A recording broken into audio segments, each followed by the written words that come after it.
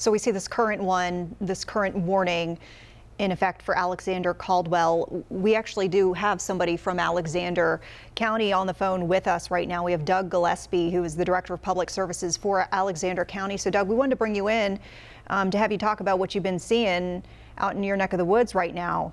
How's it looking, Doug?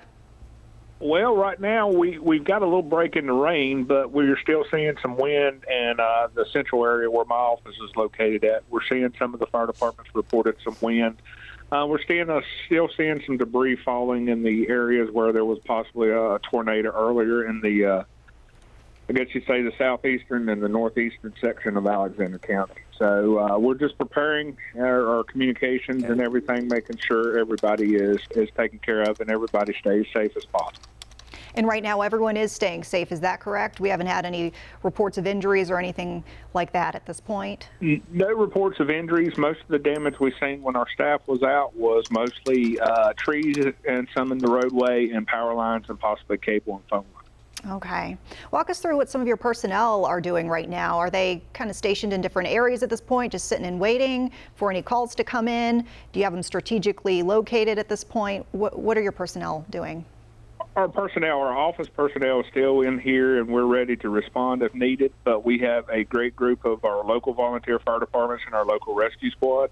They've been standing by most of their areas, and so if we need to send them out or send any of our staff out, we are responding very quickly. We're keeping an eye on everything as it goes.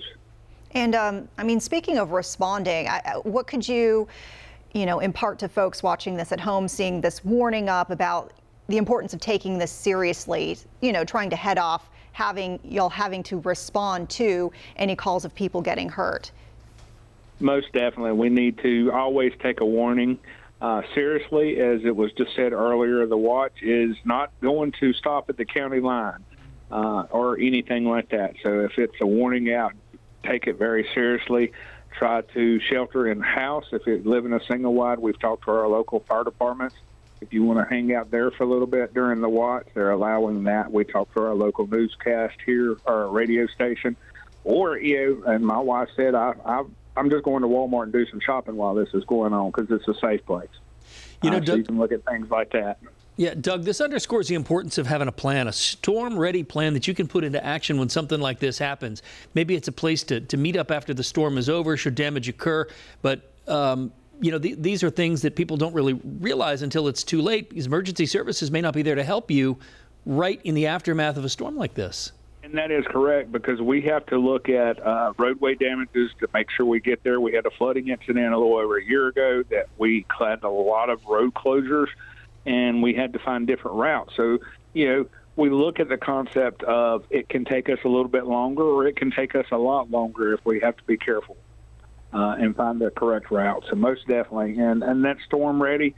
We do send out information, and there's information on the Alexander County website about storm readiness and how to participate at home and locations where you can go after an incident.